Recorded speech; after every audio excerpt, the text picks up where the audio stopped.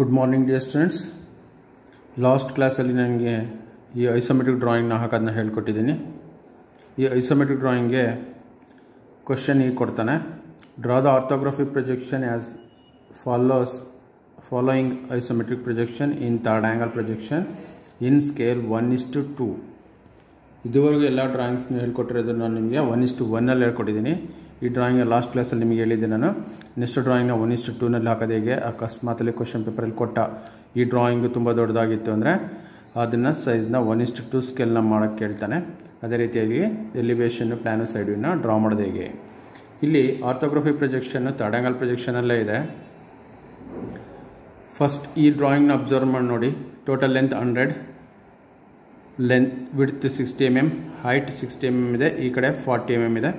First ಡ್ರಾಯಿಂಗ್ನ ಹಾಕಿದ್ದೀರಾ ನೀವು, ಲಾಸ್ಟ್ ಕ್ಲಾಸಲ್ಲಿ ಕಳಿಸಿದ್ದನ್ನು. ಸೇಮ್ ಅದೇ ಡ್ರಾಯಿಂಗ್ಗೆ ನಾವು ಆರ್ಥೋಗ್ರಫಿಕ್ ಪ್ರೊಜೆಕ್ಷನ್ ಹಾಕೋಣ. ಸ್ಕೇಲ್ 1:1 ಸ್ಕೇಲ್ 1:2 ಹಾಕೋಣ. ಫಸ್ಟ್ ನಾವು ಇಲ್ಲಿ ಪ್ಲ್ಯಾನ್ ಮಾಡ್ಕೊಳ್ಳೋಣ. Horizontal 3 line 10 mm each. Vertically 3 line ಹಾಕೋಣ, ಪರ್ಪೆಂಡಿಕ್ಯುಲಾರಿಟಿ ಇರಲಿ, 10 mm ಈಚ್. ಹೀಗೆ 3 ಲೈನ್ ವರ್ಟಿಕಲಿ, ಹಾರಿಜೆಂಟಲಿ 3 ಲೈನ್ ಹಾಕಿ ಇಲ್ಲಿ ಫಸ್ಟ್ ಕ್ವಾಡ್ರೆಂಟಲ್ಲಿ 45 ಡಿಗ್ರಿ ಬರುತ್ತೆ, ಸೆಕೆಂಡ್ ಕ್ವಾಡ್ರೆಂಟಲ್ಲಿ ಟಾಪ್ ವ್ಯೂ ಬರುತ್ತೆ, ಥರ್ಡ್ ಕ್ವಾಡ್ರೆಂಟಲ್ಲಿ ಫ್ರಂಟ್ ವ್ಯೂ ಬರುತ್ತೆ, ಫೋರ್ತ್ ಕ್ವಾಡ್ರೆಂಟಲ್ಲಿ ನಮಗೆ ಸೈಡ್ ವ್ಯೂ ಬರುತ್ತೆ. ಇಲ್ಲಿಗೆ front view, side view, then ಇಲ್ಲಿಗೆ ಪ್ಲ್ಯಾನ್. ಅರ್ಥ ಆಗ್ತಿದೆಯಲ್ಲ? ಫ್ರಂಟ್ ವ್ಯೂಸ್ ಪಕ್ಕದಲ್ಲಿ ಲೆಫ್ಟ್ ಸೈಡ್ಗೆ ಸೈಡ್ ವ್ಯೂ ಬರುತ್ತೆ, ಫ್ರಂಟ್ ವ್ಯೂನ ಮೇಲೆ ಟಾಪ್ ವ್ಯೂ ಬರುತ್ತೆ. ಇಷ್ಟು ಕ್ಲಿಯರ್ ರೆಡಿ ಮಾಡಿ ಇಟ್ಕೊಳ್ಳಿ. ಇಷ್ಟು ರೆಡಿ ಮಾಡಿಕೊಂಡು ಫಸ್ಟ್ ನಾವು ಫ್ರಂಟ್ ವ್ಯೂನ ಡ್ರಾ ಮಾಡೋಣ. ಇಲ್ಲಿ ಟೋಟಲ್ ಲೆಂತ್ 100 ಇದೆ. ಈ 100ನ 50 mm ಮಾರ್ಕ್ ಮಾಡ್ಕೊಳ್ಳೋಣ. 50 mm. ದೆನ್ ಇಲ್ಲಿ 20 mm ಇದೆ, 10 mm ಮಾರ್ಕ್ ಮಾಡ್ಕೊಳ್ಳೋಣ.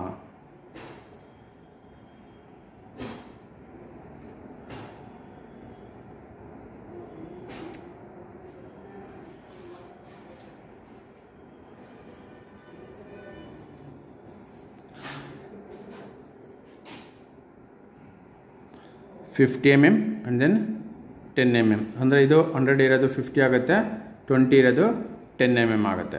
ಎರಡು ವರ್ಟಿಕಲ್ ಲೈನ್ನ ಡ್ರಾ ಮಾಡೋಣ.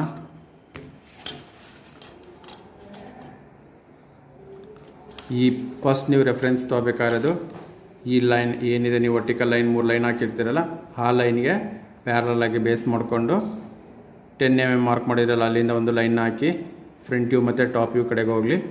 ಇನ್ನೊಂದು 50 mm ಮಾರ್ಕ್ ಮಾಡ್ಕೊಂಡಿದ್ದೀರಲ್ಲ, ಅಲ್ಲಿ 50 mm ಒಂದು ಲೈನ್ನ ಹಾಕಿ.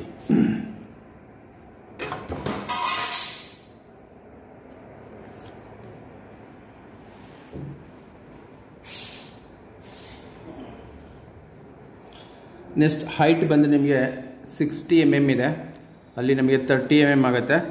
ಹೈಟ್ನ 30 mm ಮಾರ್ಕ್ ಮಾಡ್ಕೊಳ್ಳಿ. 30 mm ಮಾರ್ಕ್ ಮಾಡಿಕೊಂಡು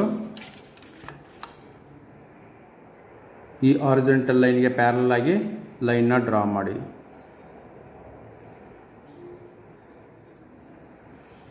ಅದು ಫ್ರಂಟ್ ವ್ಯೂ ಮತ್ತು ಸೈಡ್ ವ್ಯೂ ಕಡೆಗೆ ಬರಲಿ. ನಿಮ್ಗೆ ಇಲ್ಲಿ ಒಂದು ರೆಕ್ಟ್ಯಾಂಗಲ್ ಬಾಕ್ಸ್ ಸಿಕ್ತು. ಲೆಂತು 50 mm ನೋಡಿ, 50 mm ಇದೆ. ಹೈಟ್ ಬಂದು 30 mm ಇದೆ. ಅಂದರೆ ಇಲ್ಲಿ 1:1 ಸ್ಕೇಲಲ್ಲಿ 100 ಇರೋದು ಇಲ್ಲಿ 50 ಆಯಿತು, ಇಲ್ಲಿ 60 ಇರೋದು 30 ಆಯಿತು. ಅದರಲ್ಲಿ ಅರ್ಧದಷ್ಟು ಆಗುತ್ತೆ. ನೆಕ್ಸ್ಟ್ ಇಲ್ಲಿ 20 ಇದೆ, ಅದು ಇಲ್ಲಿ 10 ಆಯಿತು. ನೆಕ್ಸ್ಟ್ ಈ ಕಡೆ ವರ್ಟಿಕಲ್ ಹೈಟ್ ನಮಗೆ 40 mm ಇದೆ, 20 mm ಮಾರ್ಕ್ ಮಾಡ್ಕೊಳ್ಳೋಣ.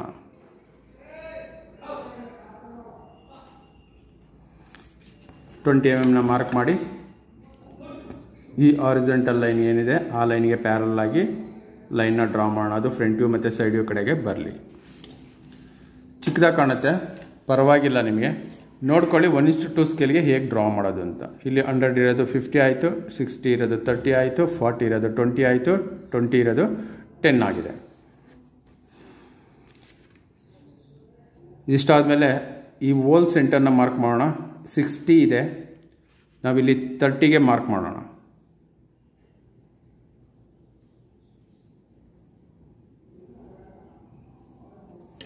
30ಗೆ ಮಾರ್ಕ್ ಮಾಡಿ ಒಂದು ಆಕ್ಸಿಸ್ ಲೈನ್ ಹಾಕೋಣ. ಆ ಆಕ್ಸಿಸ್ ಲೈನು ಫ್ರಂಟ್ ವ್ಯೂ ಮತ್ತು ಟಾಪ್ ವ್ಯೂ ಎರಡು ಕಡೆನೂ ಬರಲಿ.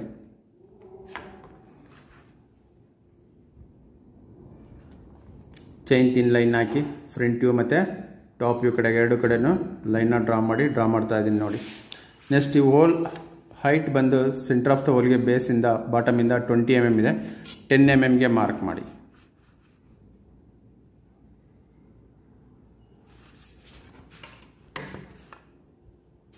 ಈ ಲೈನ್ ರೆಫರೆನ್ಸ್ ತಗೊಳ್ಳಿ. ಅಲ್ಲಿ 10 mm ಮಾರ್ಕ್ ಮಾಡಿದ್ರಲ್ಲ, ಅಲ್ಲಿ ಒಂದು ಚೈನ್ ತಿನ್ ಲೈನ್ ಆಕ್ಸಿಸ್ ಲೈನ್ನ ಡ್ರಾ ಮಾಡಿ. ಅದು ಫ್ರಂಟ್ ವ್ಯೂ ಮತ್ತು ಟಾಪ್ ವ್ಯೂಗೆ ಫ್ರಂಟ್ ವ್ಯೂ ಮತ್ತು ಸೈಡ್ ವ್ಯೂ ಎರಡು ಕಡೆನೂ ಬರಲಿ. ನಿಮಗೆ ಇಲ್ಲಿ ಒಂದು ಸೆಂಟರ್ ಪಾಯಿಂಟ್ ಸಿಕ್ತು, ಹೋಲ್ ಸೆಂಟರ್ ಇದು. ಇಷ್ಟು ಫಿನಿಶ್ ಮಾಡಿ. ಇಷ್ಟಾದಮೇಲೆ ಇಲ್ಲಿ ಒಂದು ಹೋಲ್ ಇದೆ. ಈ ಹೋಲು ಸೈಡ್ ವ್ಯೂನಲ್ಲಿ ಕಾಣೋಂಥದ್ದು ಅನ್ವಿಸಿಬಲ್ ಆಗಿರುತ್ತೆ. ಫ್ರಂಟ್ ವ್ಯೂನಲ್ಲಿ ಈ ಪೊಸಿಷನಲ್ಲಿ ನಿಂತ್ಕೊಂಡು ನೋಡಿದಾಗ ನಮಗೆ ಯಾವ ಶೇಪ್ ಸಿಗುತ್ತೆ ಆ ಶೇಪ್ನ ಡಾರ್ಕ್ ಮಾಡೋಣ. ಫಸ್ಟ್ ಬೇಸ್ 100 mm ಇದೆ, 50 mmನ ಡಾರ್ಕ್ ಮಾಡೋಣ.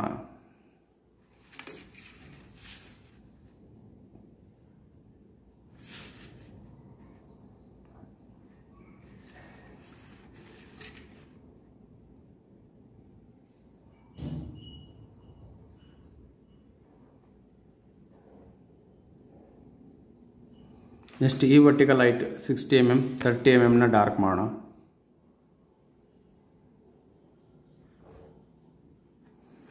ನೆಕ್ಸ್ಟ್ ಈ ಕಡೆ 40 ಇದೆ, 20 mmನ ಡಾರ್ಕ್ ಮಾಡೋಣ.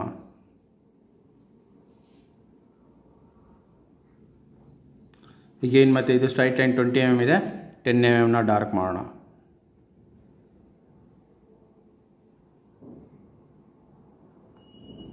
ನೆಕ್ಸ್ಟ್ ಅಗೇನ್ 10 mm ಇದೆ, ಅಲ್ಲಿ 5 mmನ ಮಾರ್ಕ್ ಮಾಡಬೇಕಾಗತ್ತೆ. 5 mmನ ಡಾರ್ಕ್ ಮಾಡೋಣ. ನೆಕ್ಸ್ಟ್ ಈ ಇಂಕ್ಲೈನ್ ಲೈನ್ ಇದೆ, ಇಂಕ್ಲೈನ್ ಲೈನ್ನ ಜಾಯಿನ್ ಮಾಡಿ.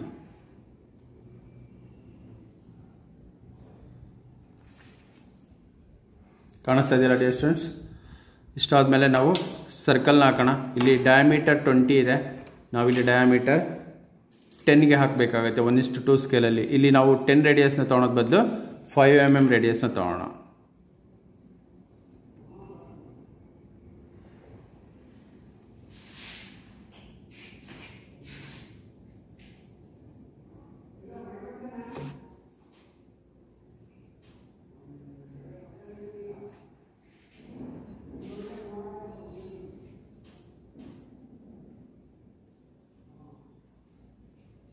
ಸರ್ಕಲ್ನ ಡಾರ್ಕ್ ಮಾಡಿ ನೋಡಿ. ಕಾಣಿಸ್ತಾ ಇದೆಯಲ್ಲ, ಈ ಪೊಸಿಷನಲ್ಲಿ ಫ್ರಂಟ್ ವ್ಯೂನಲ್ಲಿ ನಿಂತ್ಕೊಂಡು ನೋಡಿದಾಗ ನಮಗೆ ಇಷ್ಟು ವಿಸಿಬಲ್ ಲೈನ್ಸ್ ಕಾಣುತ್ತೆ. ನನಗೆ ಎಷ್ಟು ಹಾಕಿದ್ದೀನಿ ಅಷ್ಟು ಮಾತ್ರ ವಿಸಿಬಲ್ ಲೈನ್ಸ್ ಕಾಣುತ್ತೆ.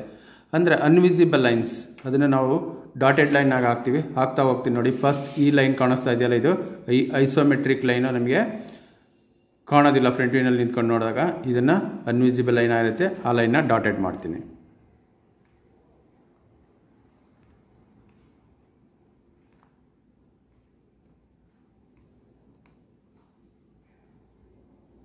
ಈಕ್ವಲ್ ಲೆನ್ಸ್ ಇರಲಿ. ನೆಕ್ಸ್ಟ್ ಇಲ್ಲಿ ಈ ಹೋಲ್ ನಮಗೆ ಸೈಡ್ ವ್ಯೂನಲ್ಲಿ ಕಾಣುತ್ತೆ, ಫ್ರಂಟ್ ವ್ಯೂನಲ್ಲಿ ನಿಂತ್ಕೊಂಡು ಕಾಣಲ್ಲ. ಅದಕ್ಕೆ ಅದನ್ನು ಎರಡನ್ನು ನಾವು ಡಾಟೆಡ್ ಲೈನ್ ಆಗಿ ಮಾಡ್ತೀವಿ ನೋಡಿ. ಈ ಬೇಸ್ ಲೈನಿಗೆ ಪ್ಯಾರಲಲ್ ತಗೊಳ್ಳಿ. ಅದು 20 ಡಯಾಮೀಟರ್ ಇದೆ, 1:2 ಸ್ಕೇಲಲ್ಲಿ ಅದು 10 ಡಯಾಮೀಟರ್ ಆಗುತ್ತೆ. ನಾವು ಆಲ್ರೆಡಿ ಇಲ್ಲಿ ಸರ್ಕಲ್ನ ಹಾಕಿದ್ದೀವಲ್ಲ, ಅದೇ ನೇರಕ್ಕೆ ನಾವು ಎರಡು ಡಾಟೆಡ್ ಲೈನ್ನ ಹಾಕಿದರೆ ನಮಗೆ ಆ ಹೋಲು ಡಯಾಮೀಟರ್ 10 mmಗೆ ಬರುತ್ತೆ 1:2 ಸ್ಕೇಲಲ್ಲಿ. 1:1 ಸ್ಕೇಲಲ್ಲಿ ಅದು ಡಯಾಮೀಟರ್ 10 mm ಇದೆ. ಅದಕ್ಕೆ ಅದೇ ನೇರಕ್ಕೆ ಎರಡು ಡಾಟೆಡ್ ಲೈನ್ನ ಡ್ರಾ ಮಾಡಿ.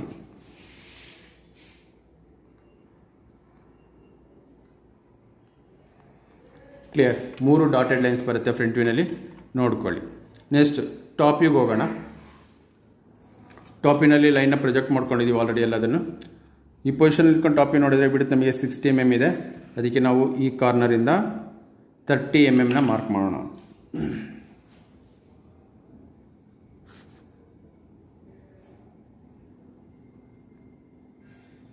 ತರ್ಟಿ mm ನ ಮಾರ್ಕ್ ಮಾಡಿಬಿಟ್ಟು ಈ ಆರಿಜೆಂಟಲ್ ಲೈನ್ ಏನಿದೆ, ಈ ಆರಿಜೆಂಟಲ್ ಲೈನ್ಗೆ ನಾವು 3 ಲೈನ್ಗೆ ಪ್ಯಾರಲಲ್ ಆಗಿ ಲೈನ್ನ ಡ್ರಾ ಮಾಡೋಣ. ಆ ಲೈನು ನಮಗೆ ಈ 45 ಡಿಗ್ರಿವರೆಗೆ ಬರಲಿ. ಟಾಪ್ ವ್ಯೂನಿಂದ 45 ಡಿಗ್ರಿ ಟಚ್ ಆದ ತಕ್ಷಣ ನಿಲ್ಲಿಸಿ. ಒಂದು ಲೈನ್ ಬಂತು. ಓಕೆ, ನೆಕ್ಸ್ಟ್ ನಮಗೆ ಇಲ್ಲಿಂದ ಇಲ್ಲಿಗೆ 20 mm ಇದೆ, ಇದು 20 mm ಇದೆ, ಇದು 20 mm ಇದೆ. ಅಂದರೆ ಇದರಲ್ಲಿ ಅರ್ಧ ಆಗುತ್ತೆ 10 mm. ಮೂರೂ 10 mmಗೆ ಮಾರ್ಕ್ ಮಾಡ್ಕೊಳ್ಳಿ. ಅವು ಮೂರು ಲೈನ್ನು ಈ ಹಾರಿಜಾಂಟಲ್ ಲೈನ್ಗೆ ಪ್ಯಾರಲಲ್ ಆಗಿ ಡ್ರಾ ಮಾಡ್ತಾ ಹೋಗಿ.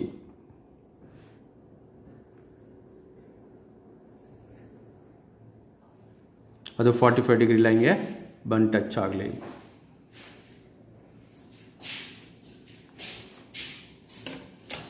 ನೆಕ್ಸ್ಟ್ ನೋಡಿ, ಟಾಪಿನ ಡಾರ್ಕ್ ಮಾಡ್ತಾ ಹೋಗ್ತೀನಿ ನಾನು. ಫಸ್ಟ್ 4 ಬಾರ್ಡ್ರ್ ಏನಿದೆ ಆ ಬಾರ್ಡ್ರ್ ಡಾರ್ಕ್ ಆಗುತ್ತೆ. ಟೋಟಲ್ ಲೆಂತ್ ಆಲ್ರೆಡಿ ಫ್ರಂಟ್ ವಿನಲ್ಲಿ ಸಿಕ್ಕಿದೆ, ಅಷ್ಟೇ ಲೆಂತ್ಗೆ ಡಾರ್ಕ್ ಮಾಡಿ. ಹೈಟ್ 30 mmಗೆ ಡಾರ್ಕ್ ಮಾಡಿ, ಅಂದರೆ ಬಿಡ್ತಿದ್ದು ಟಾಪ್ ವಿನಲ್ಲಿ. ಮತ್ತು ಅಗೇನ್ ಲೆಂತನ್ನು ಡಾರ್ಕ್ ಮಾಡಿ, ವಿಡ್ತನ್ನು ಡಾರ್ಕ್ ಮಾಡಿ. ಇದು ಔಟ್ಲೈನ್ಸ್. ನೆಕ್ಸ್ಟ್ ಇಲ್ಲಿಂದ 20 mmಗೆ ಒಂದು ಲೈನ್ ಆಗಿದೆ, ಅಂದರೆ ಈ ಪೋರ್ಷನ್ನ ಡ್ರಾ ಮಾಡಿ ತೋರಿಸ್ತೀನಿ ನೋಡಿ.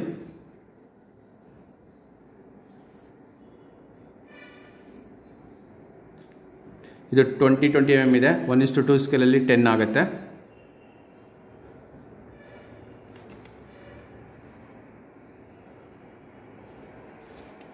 ಇಷ್ಟು ವಿಸಿಬಲ್ ಲೈನ್ಸ್ ಡಿಯರ್ ಸ್ಟೂಡೆಂಟ್ಸ್, ಇಷ್ಟು ನಮಗೆ ಕಾಣೋಂಥ ವಿಸಿಬಲ್ ಲೈನ್ಸ್. ನೆಕ್ಸ್ಟ್ ನಮಗೆ ಈ ವೋಲ್ ಟಾಪ್ ವಿನಲ್ಲಿ ನಿಂತ್ಕೊಂಡು ನೋಡಿದ್ರಾಗ ಡಯಾ 20 mm ವೋಲು ಕಾಣೋದಿಲ್ಲ, ಅನ್ವಿಸಿಬಲ್ ಲೈನ್ ಆಗಿರುತ್ತೆ.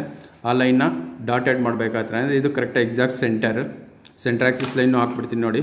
5 mmಗೆ ಮಾರ್ಕ್ ಮಾಡಿಕೊಂಡು ಈ ರೀತಿ ಒಂದು ಚೈನ್ ಲೈನ್ನ ಹಾಕ್ಕೊಳ್ಳಿ, ಸೆಂಟರ್ ಆಗುತ್ತೆ. ಈ ಸೆಂಟರಿಂದ ಈ ಕಡೆಗೆ 5 mm, ಈ ಕಡೆ 5 mm, ಅಂದರೆ ಡಯಾಮೀಟರ್ 10 ಆಗಬೇಕು. ಹಾಗಾಗಿ 5 mm ಇದೆ. ನಾವಿಲ್ಲಿ ಡಾಟೆಡ್ ಲೈನ್ ನಮಗೆ ಕಾಣೋದು ಇದಿಷ್ಟು ಲೆಂತಿ ಮಾತ್ರ ನೋಡಿ. ಈಗ ಡಾಟೆಡ್ ಲೈನ್ನ ತೋರಿಸ್ತೀನಿ. ಇಷ್ಟು ಮಾತ್ರ ಡಾಟೆಡಾಗಿ ಕಾಣುತ್ತೆ. ನೋಡಿದ್ದು ಆಲ್ರೆಡಿ ಥಿಕ್ ಲೈನ್ ಇದೆ, ನಿಮಗೆ ಅದನ್ನು ಡಾಟೆಡ್ ಮಾಡೋ ಅಂಥ ನೆಸಿಟಿ ಇಲ್ಲ. ಸೈಡ್ ವ್ಯೂನಲ್ಲಿ ಕಾಣೋಂಥ ಹೋಲ್. ನೆಕ್ಸ್ಟ್ ಫ್ರಂಟ್ ವ್ಯೂನಲ್ಲಿ ಕಾಣೋಂಥ ಹೋಲು ಅನ್ವಿಸಿಬಲ್ ಆಗುತ್ತೆ. ಹಾಗಾಗಿ ನಾವು ಈ ಲೈನ್ನ ಹೋಲ್ನ ಪ್ರೊಜೆಕ್ಟ್ ಮಾಡ್ಕೊಳ್ಳೋಣ ಟಾಪ್ ವ್ಯೂ ಕಡೆಗೆ ಫ್ರಂಟ್ ವ್ಯೂನಿಂದ.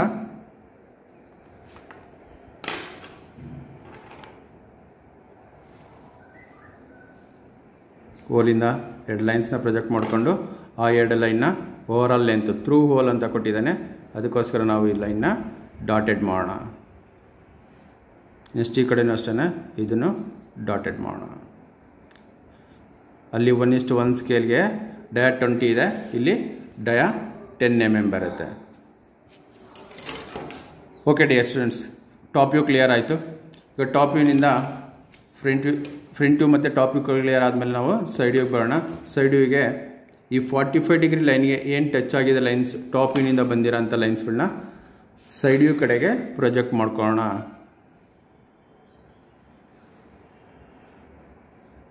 ಆಗ ನಮಗೆ ಕ್ಲಿಯರ್ ಪಿಕ್ಚರ್ ಸೈಡ್ ವ್ಯೂನಲ್ಲಿ ಸಿಗುತ್ತೆ.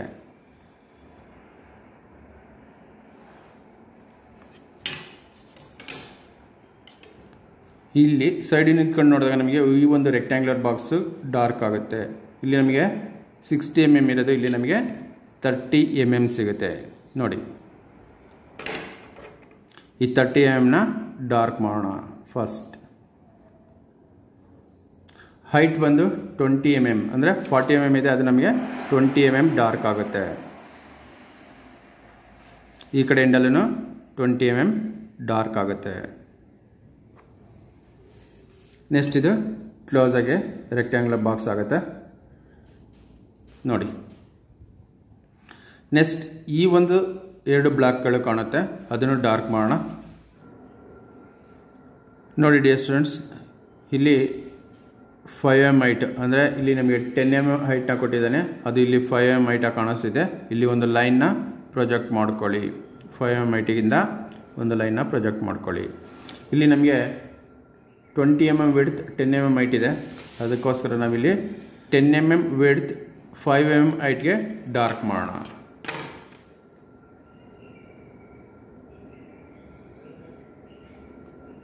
ಇಲ್ಲಿ 2 ರೆಕ್ಟ್ಯಾಂಗ್ಯುಲರ್ ಬಾಕ್ಸ್ ಕಾಣುತ್ತೆ ನೋಡಿ, ಇದೊಂದು ಅದೊಂದು. ಇಲ್ಲಿ 20 mm ವಿಡ್ತ್ ಇದೆ, 20 ಬದಲು 10 ಆಯಿತು. ಹೈಟ್ 10 mm ಇದೆ, 5 mm ಆಯಿತು. ನೆಕ್ಸ್ಟ್ ಈ ಸ್ಲೋಪ್ ಪೋರ್ಷನ್ಸ್ ಏನೆರಡಿದೆ, ಸ್ಲೋಪ್ ಇದೆಯಲ್ಲ, ಈ ಎರಡು ಪೋರ್ಷನ್ಸ್ಗಳು ನಮಗೆ ಒಂದು ಸರ್ಟನ್ ಹೈಟಿಗೆ ಕಾಣುತ್ತೆ. ಆ ಎರಡನ್ನು ಡಾರ್ಕ್ ಮಾಡೋಣ.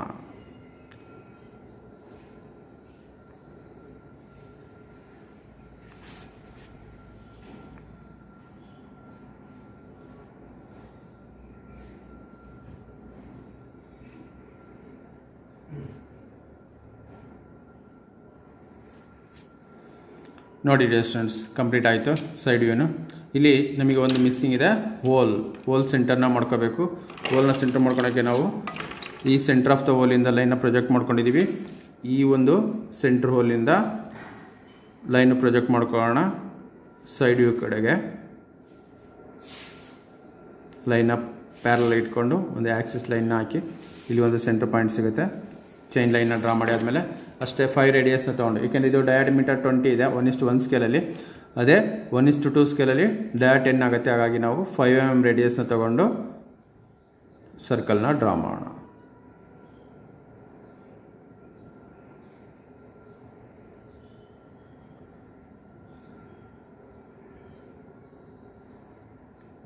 ಈ ರೀತಿ ಸರ್ಕಲ್ನ ಡಾರ್ಕ್ ಮಾಡಿ. ನೆಕ್ಸ್ಟ್ ಸೈಡಿನ ನಿಂತ್ಕೊಂಡು ನೋಡಿದಾಗ ಈ ಹೋಲು ನಮಗೆ ಡಾಟೆಡ್ ಆಗಿ ಕಾಣುತ್ತೆ. ಅಂದರೆ ಇಷ್ಟು ವಿಸಿಬಲ್ ಲೈನ್ಸ್ ಇದೆ.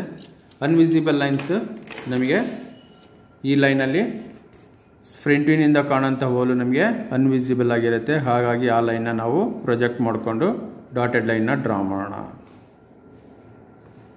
ಅದು 20 mm ಇರೋದ್ರಿಂದ ಡೈಮೆನ್ಷನ್ಸ್ ಚೇಂಜ್ ಆಗೋದಿಲ್ಲ, ಅಷ್ಟೇ ಡೈಮೆನ್ಷನ್ಸ್ ಬರುತ್ತೆ, ನೋಡ್ಕೊಳ್ಳಿ. ಇದಿಷ್ಟು ಲೆಂತ್ ಏನು ಸೈಡ್ ಇದೆ ಅಷ್ಟು ಲೆಂತ್ಗೂ ನಮಗೆ ಡಾಟೆಡ್ ಲೈನ್ ಆಗಿ ಕಾಣುತ್ತೆ. ನೋಡಿ ಡಿಯರ್ ಸ್ಟೂಡೆಂಟ್ಸ್, ಇಷ್ಟೇ ಸಿಂಪಲ್ ಆಗಿದೆ, ನೋಡ್ಕೊಂಡು ಹಾಕಿ. ಇಲ್ಲಿ ಏನು ಡೈಮೆನ್ಷನ್ಸ್ಗಳಿದೆ ಆ ಡೈಮೆನ್ಷನ್ಸ್ಗಳು ಇಲ್ಲಿ 1:2 ಸ್ಕೇಲ್ ಆಗಿದೆ. ಅಂದರೆ ಅರ್ಧದಷ್ಟು ಕಡಿಮೆ ಇದೆ. 100 ಇರೋದು 50 ಆಗುತ್ತೆ, 60 ಇರೋದು 30 ಆಗುತ್ತೆ, 40 ಇರೋದು 20 ಆಗುತ್ತೆ, 20 ಇರೋದು 10 ಆಗುತ್ತೆ. ಅಷ್ಟು ಡೈಮೆನ್ಷನ್ಸ್ಗೆ ಹಾಕಿದೆ ಅದು ಸ್ಕೇಲ್ 1:2 ಆಗುತ್ತೆ. ಓಕೆ, ಇಷ್ಟೆಲ್ಲ ಆದಮೇಲೆ ಡೈಮೆನ್ಷನಿಂಗ್ ಮಾಡೋ ಮೆಥಡ್ ತುಂಬಾ ಇದೆ. ಡೈಮೆನ್ಷನಿಂಗ್ ಮಾಡೋದು ಹೇಳ್ಕೊಡ್ತೀನಿ ನೋಡಿ. ನಾವಿಲ್ಲಿ ಬಾಟಮಲ್ಲಿ ಪೇಜಲ್ಲಿ ಫುಟ್ ನೋಟ್ನ ಬರೆದಿದ್ದೀವಿ. Scale 1:2, all dimensions are in millimetre. All dimensions in millimetre ಅಂತ ಇದೆ. ಸ್ಕೇಲ್ 1:2 ಇದೆ. ಇಲ್ಲಿ ಡೈಮೆನ್ಷನ್ ಮಾಡೋದು ಹೇಗೆ ಅಂತ ಹೇಳ್ಕೊಡ್ತೀನಿ ನೋಡಿ. ಇಲ್ಲಿ 100 ಅಂತ ಇದೆ. ಡೈಮೆನ್ಷನ್ ಲೈನ್ ಹಾಕಿ 10 mm ಗ್ಯಾಪ್ನ ಬಿಟ್ಬಿಟ್ಟು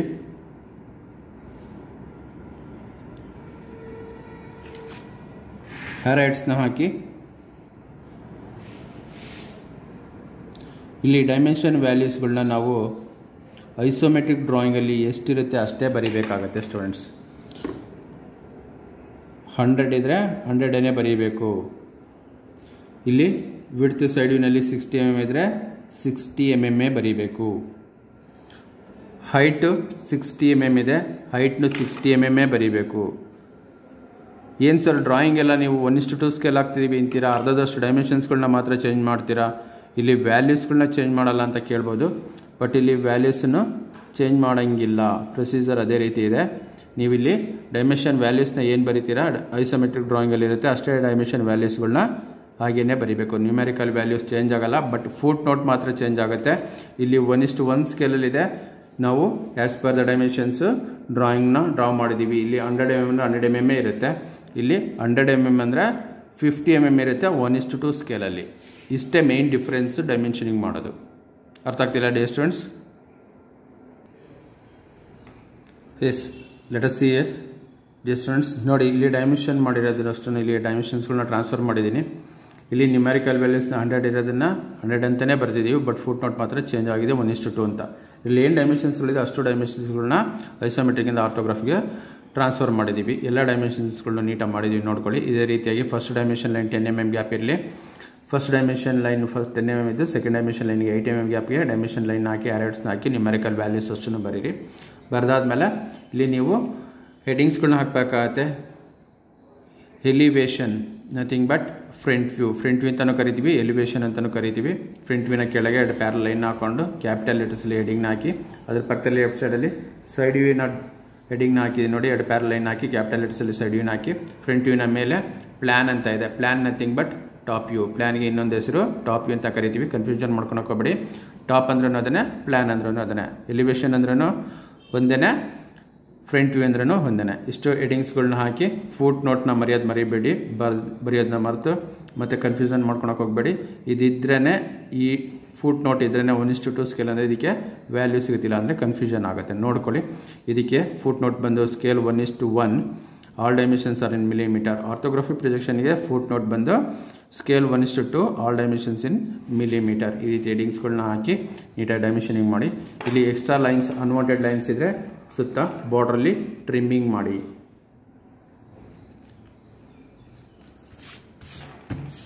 S, good luck dear students. Next ಕ್ಲಾಸಲ್ಲಿ, ಆನ್ಲೈನ್ ಕ್ಲಾಸಲ್ಲಿ ನೆಕ್ಸ್ಟ್ ಇನ್ನೊಂದು ಡ್ರಾಯಿಂಗ್ ಜೊತೆಲಿ ಬರೋಣ. ಗುಡ್.